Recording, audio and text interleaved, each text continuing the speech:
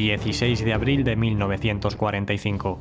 El grupo de ejércitos del Vístula bajo el mando del general Heinrici resiste de forma desesperada el asalto que el Ejército Rojo acaba de comenzar. De todas las unidades con las que cuenta Heinrici, el 9º ejército del general Busch es la más importante de todas y la que recibe el ataque principal de Zhukov. Estas defensas alemanas que defendían el río Oder eran la última oportunidad que tenían para frenar al Ejército Rojo antes de que entrasen en Berlín. Zhukov esperaba que su abrumadora superioridad de 7-1 en infantería y 6-1 en carros de combate le sirviera para arrollar a los alemanes en apenas unas horas de enfrentamiento. Sin embargo, las distintas líneas defensivas que Heinrich había preparado en las colinas del Silu aguantaron bien y la batalla se alargó durante 3 días. Una vez que las defensas alemanas fueron perforadas, las mermadas unidades alemanas tuvieron que replegarse en la dirección que dicha situación caótica les permitió. Hubo algunas que se retiraron hacia el noroeste y se reunieron con el famoso general Steiner. Otras se retiraron en dirección oeste hacia el interior de la ciudad de Berlín, como así fue el caso del general Helmut Weidling con su 52 Cuerpo Panzer, que poco más tarde fue nombrado comandante de la defensa de Berlín. Finalmente, hubo otros como el general Busse que con los restos de lo que quedaba de su 9º ejército se replegaron en dirección suroeste. Sin embargo, no fue solo el primer frente bielorruso de Zhukov quien había atacado ese 16 de abril, pues un poco más al sur, el primer frente ucraniano de Konev también se había lanzado a la ofensiva. Si bien los ejércitos de Zhukov se habían atascado en las inmediaciones de las colinas del Silu durante 4 días, las tropas de Konev habían penetrado en las defensas alemanas a toda velocidad y despedazado por completo al 4º ejército Panzer que defendía el sector. Así pues, el primer frente ucraniano de Konev se adelantó a Zhukov y desde el segundo día del inicio de su ofensiva ya estaba dirigiéndose a toda velocidad hacia el suroeste de Berlín. Esto provocó que el general Busse encontrase su vía de retirada cortada, ya que el Ejército Rojo se situaba en la retaguardia alemana. Únicamente tenían contacto en su flanco norte con el extrarradio de Berlín, que pronto sería también cortado por los soviéticos. Encontrándose los restos del 9º ejército bloqueados al sur de Berlín, la orden que recibieron de Hitler el día 21 de abril fue la de que mantuviesen la posición y estableciesen defensas tanto al este como al oeste. Posteriormente debían prepararse para atacar en dirección oeste al primer frente ucraniano y rechazar el ataque que Berlín estaba sufriendo por el sur. Claramente esto estaba fuera del alcance de las mermadas tropas de Busse, que después de 6 días de intenso combate estaban totalmente agotadas, sin casi munición ni combustible, y habían perdido la mayor parte de su equipo pesado. Todo se complicó todavía más cuando el día 22 de abril los soviéticos cortaron la vía que conectaba al 9º ejército con la guarnición de Berlín, dejando a unos 200.000 hombres aislados en los que fue conocido como el Kessel de Albe. El territorio que ocupaba Busse era como un triángulo invertido, con unos 30 kilómetros de ancho en su zona superior, a partir de lo cual se iba reduciendo a medida que descendía otros 30 kilómetros hacia su vértice del sur. Llegados a este punto, el antiguo discípulo de Manstein tenía 3 opciones. En primer lugar, podía intentar romper el cerco en dirección oeste y contactar con las fuerzas del 12º ejército de Benck. Tras esto, tenía la opción de sumar fuerzas con el general Benck para atacar juntos a los soviéticos o bien continuar hacia el Elba para rendirse a los estadounidenses. Sin duda alguna sería una marcha muy dura, en la que tendrían que combatir contra los soviéticos que les atacarían desde todos sus flancos, al mismo tiempo que avanzaban hacia el oeste. No cabe duda de que se perderían miles de soldados por el camino, y los que no pudiesen andar tendrían que ser abandonados. La segunda opción era dirigirse hacia el norte y entrar en Berlín para ayudar en la defensa de la ciudad. Esta era precisamente la orden que le había dado Hitler cuando Berlín también había quedado cercada.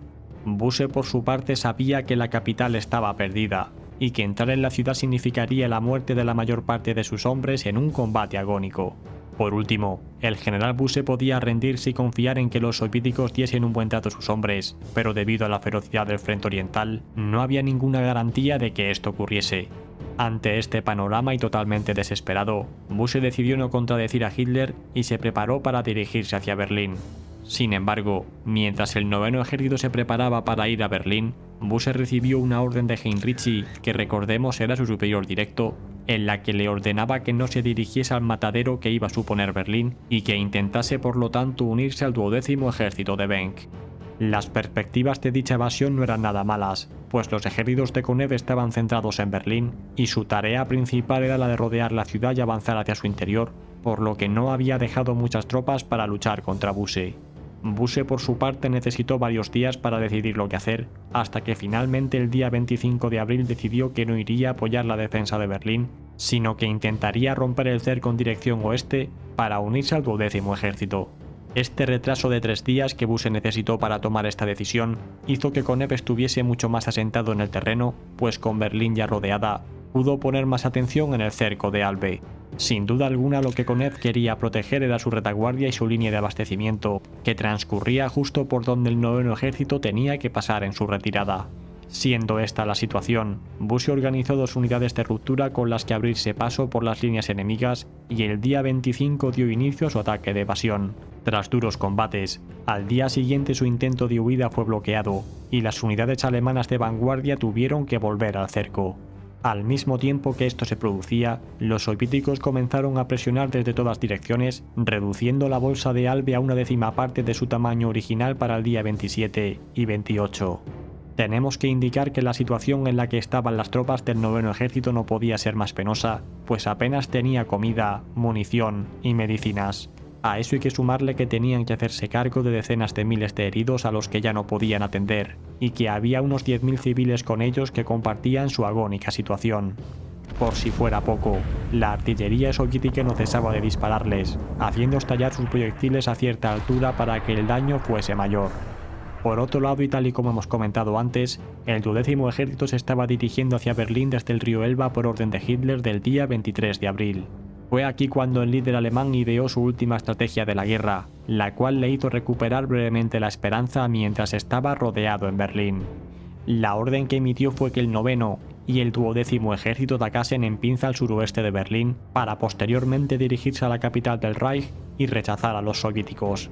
Al mismo tiempo, Steiner atacaría desde el norte y juntos ocasionarían al ejército rojo su mayor derrota en la guerra. Esto dio pie a la escena que se representó en la película del hundimiento, en la que se ve a Hitler emitiendo el siguiente telegrama. Telegrafíen a Keitel. Punto número 1. ¿Dónde se encuentra el ejército de Benck? Punto número 2. ¿Cuándo y por dónde realizará su ataque? Punto número 3. ¿Dónde está el 9º ejército? Punto número 4. ¿Por dónde atacará para romper el cerco soviético sobre Berlín? Las respuestas de Keitel, que en ese momento se encontraba ya fuera de Berlín, fueron totalmente sinceras y sin ninguna intención de adornar la realidad.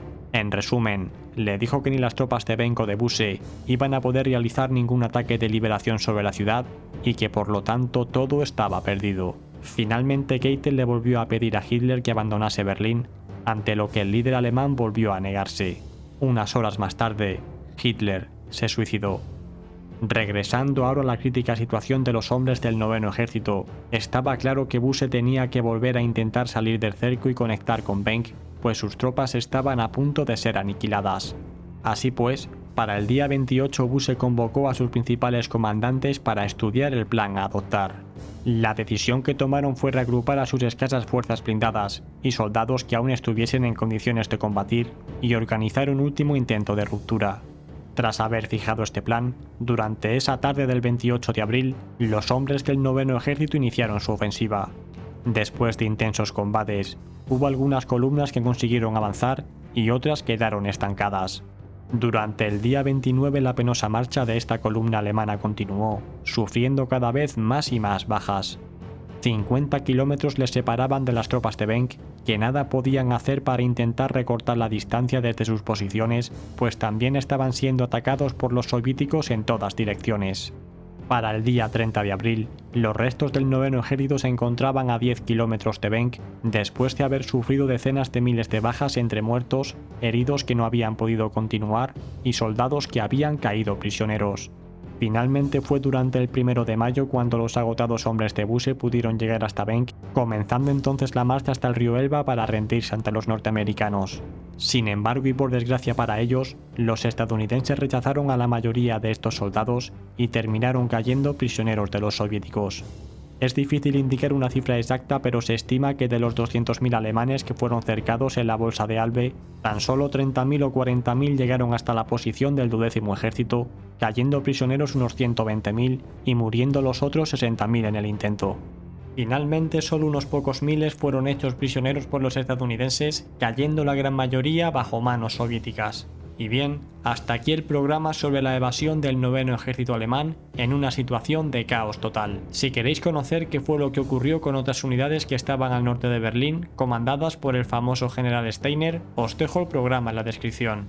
Gracias a todos por formar parte de esta comunidad, especialmente a los patrocinadores que hacéis esto posible. Suscríbete y comparte este programa si te ha gustado y nos vemos aquí como cada miércoles y domingo. Hasta pronto.